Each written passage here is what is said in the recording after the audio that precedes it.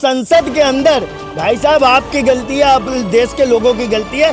जब संसद के अंदर आपने चोर डकैत उठाई गिरे पाकिट मार बलात्कारी अपहरणकारी हत्यारे को अपने संसद के अंदर बिठा रखा हो तो सही असर दो ना, भरपेट मजदूरी दो ना।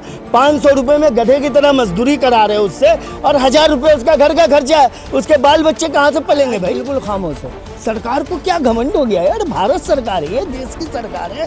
हमने अपने वोट से अपने मत अनशन आमरण अनशन ये धरना प्रदर्शन सब बेकार है यार, ये सब बिल्कुल भी मत करो। सर क्या कहना चाहता है आप इस कार्य जनता पार्टी? क्या ये जनता पार्टी है या क्या है ये देखिए, ये भारत के इतिहास को बदलने का एक आंदोलन है। काफ़ी दिनों बाद आप देखेंगे पिछले 12-14 सालों से देश और देश की जनता बिल्कुल खामोश है।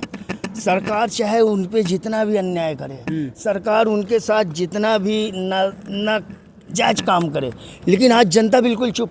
उनकी आवाज़ नहीं निकल रही है कि वो सरकार से सवाल करे तो क्यों करे, सरकार से पूछे तो क्या पूछे, क्योंकि भैया सरकार तो हम सबकी है ना, किसी एक की तो सरकार है नहीं। हम चाहे सरकार के पक्ष में हो या सरकार के विपक्ष में हो, फिर भी हम तो भारत के नागरिक हैं, हम तो इसी देश के बच्चे हैं ना। तो आज हमारी जो भी परेशानी है, जो भी समस्या है, वो सरकार को सुननी चाहिए। लेकिन सरकार आज बिल्कुल खामोश है। सरकार को क्या घमंड हो गया यार? भारत सरकार है, ये देश की सरकार है। हमने अपने वोट से अपने मत से इस सरकार को चुना है, लेकिन सरकार को ये अहंकार कहाँ से आ गया कि वो देश और देश की जनता की बात नहीं सुन रही? आज आप देखो, पिछले 18 दिनों से एक वांगचुक सर अनशन पे बैठे हुए, भूखे बैठे हुए यार। अगर भारत में भारत की सरकार होती ना, तो 18 घंटे में कोई एक अकेला नागरिक कहीं किसी सुनसान जगह पे यदि अनशन पे बैठ जाता तो सरकार उसकी बात सुनती। क्यों? क्योंकि वो भारत सरकार होती। क्यों? क्योंकि सरकार उसको समझती कि ये इस देश का नागरिक है। लेकिन आज जंतर मंतर पे हजारों लोग बैठे हुए, सरकार को कोई फर्क नहीं पड़ रहा है। क्या डिमांड है यार उनकी? कोई वो राजपाट मांग रहे हैं, कोई सरकार से कह रहे हैं कि तुम कुर्सी खाली करो, तुम इस्तीफा दे दो। वो तो सिर्फ ये कह रहे हैं कि भारत सरकार तुम अपनी जिम्मेदारी लो।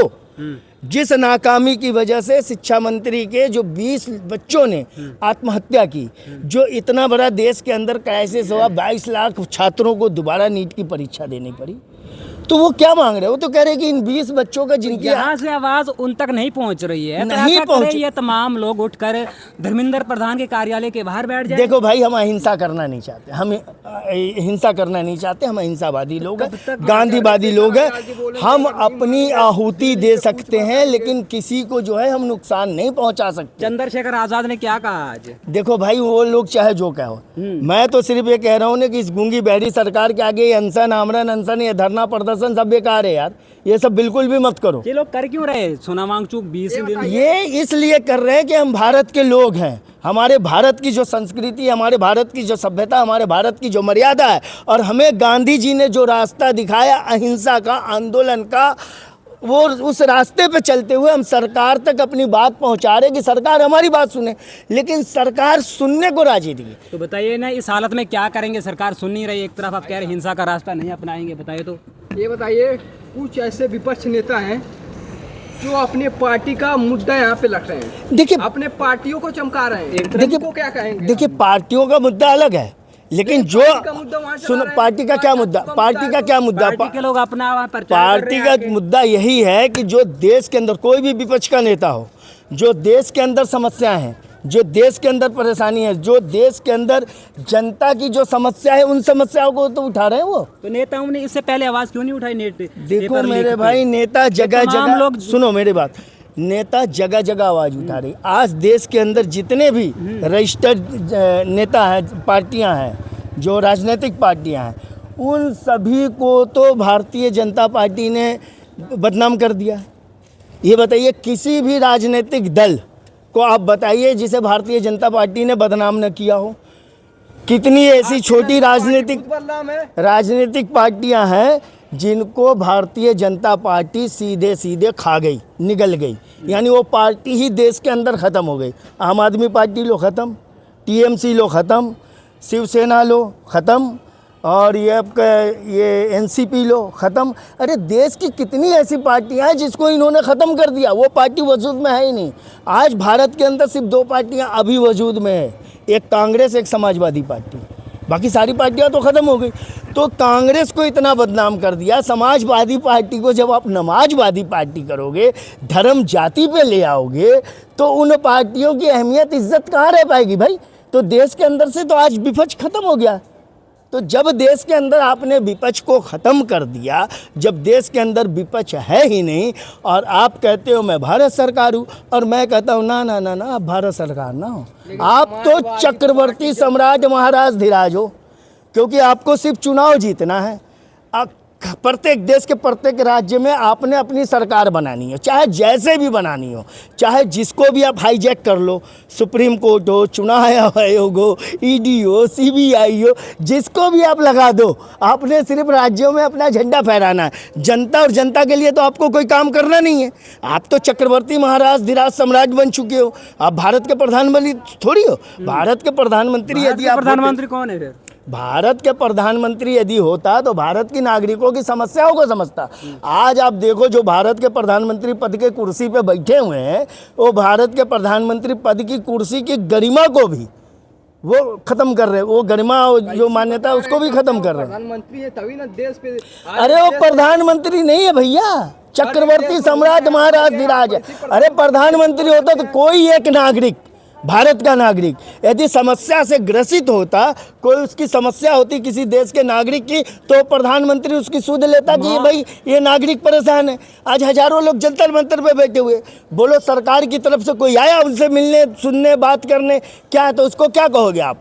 इसको आप अहंकार नहीं कहोगे तो क्या कहोगे? मोदी जी का विदेश में इतना महान सम्मान, सब लोग कहते हैं प्रधानमंत्री, डंका बज रहा है विदेश में, बिल्कुल डंका बज रहा है विदेश में डंका बज रहा है। देश की हालत देख लो, देश में लोग भूखे मर रहे हैं, देश में लोगों को काम धंधा रोजगार नहीं है, देश में लोग नित्य नए नए समस्याओं से ग्रसित है। उसकी तो बात प्रधानमंत्री कभी कुछ करना नहीं चाहते, काम धंधा। कुछ लोग यहाँ पे आके खाने पीने में हाँ बिल्कुल सही कह रहे हो, काम धंधा नहीं करना चाहते। भाई साहब आज देख लो, आज देश की सबसे बड़ी समस्या क्या है? विपक्ष का कहना है खाने के टाइम पे आ जाते हैं, भीड़ लगा लेते हैं। भैया एक बात सुनो, तो ये चीज भी तो सच्चाई होनी चाहिए, दिखनी चाहिए सरकार को कि लोग भूखे क्यों हैं, कि खाने के कहीं भी आपको मिल रहा है मुफ्त में खाना, वहाँ पे इतनी भीड़ क्यों लग रही है? क्योंकि उनकी जेब में पैसे नहीं है, उनकी आर्थिक स्थिति ऐसी नहीं है कि वो खाना खरीद के खा सके। आज लाखों लोग, आप कहीं देख लो ना, कहीं भी भंडारा दिल्ली के अंदर लग रहा हो, करोड़पति लोग जिनकी अच्छी खासी हैसियत है, वो भी उतर करके वहाँ पे खाना खाने लगते हैं। अगला इंसान अंचल पे बैठा हुआ है, हाँ। सोनम वांगचुक सर, और यहाँ पे ठूस ठूस के लोग खाना खा रहे हैं। बिल्कुल क्या कहेंगे? खा रहे, खाएंगे नहीं तो बोलेंगे कैसे? सोनम वांगचुक सुनो, चुपचाप बैठे, हम खाएंगे नहीं तो बोलेंगे कैसे? क्या अपनी आवाज़ हम बंद कर दे? मैंने आपको सीधे बताया ना कि देश के अंदर की जो हालात देखो, गरीबी देखो, बेरोजगारी देखो, लोगों के पास समस्या है देखो, कि जहाँ भी मुफ्त में खाना मिल रहा है लोग वहाँ लाइन लगा करके खाना खा रहे हैं। पीएम योजना चल रहा है, हाँ बहुत बढ़िया इंटर्नशिप योजना चल रहा भैया, है। सारी लोगों को नौकरी जितनी भी योजनाएं चल रही है ना देश के अंदर, वो सिर्फ बोल बचन और कागजों पे है, कागजों पे है। अरे रोज का एक आदमी का, एक परिवार का खर्चा 1000 रुपये 1200 रुपये का है, अब 500-600 रुपये उसकी मजदूरी मिल रही है, वो कहाँ से ज़िंदगी जिएगा भाई? किसी एक मजदूर, किसी एक गरीब से पूछो ना, जो रिक्शा चलाने वाला, जो मजदूरी करने वाला, जो ठेला चलाने वाला, जो सड़क पे रेहड़ी पटरी लगाने वाला, भाई 90% जनसंख्या तो ऐसे लोगों की है। 10% लोग देश के अंदर मजे में है और 90% लोग जो है कि बेरोजगारी या बेकारी में ज़िंदगी जी रहे हैं। भाई उनको भरपेट खाना दो ना, भरपेट मजदूरी दो ना। 500 रुपये में गधे की तरह मजदूरी करा रहे हो उससे, और 1000 रुपये उसका घर का खर्चा है, उसके बाल बच्चे कहाँ से पलेंगे भाई? ये जो 90% जो गरीबी की स्थिति में है, वो सरकार के खिलाफ आवाज क्यों नहीं उठा रहे हैं, ये बताइए तो। भैया सरकार ने उनको खरीद लिया ना, वो बिक गए, गुलाम बन गए। तो कहाँ से गरीब हो गए सरकार जब खरीद लिए तो? सरकार ने खरीद लिया भैया, जब वोट का टाइम आता है उनकी जेब में 10,000, 5,000, 2,000, 4,000 डाल देते हैं। तो हम लोग की गलती है ना जो पैसे लेते तो अभी तो मैं कह रहा हूँ कि भैया हमारी गलती का सजा तो हम ही भुगत रहे, कोई दूसरा थोड़ी भुगतेगा।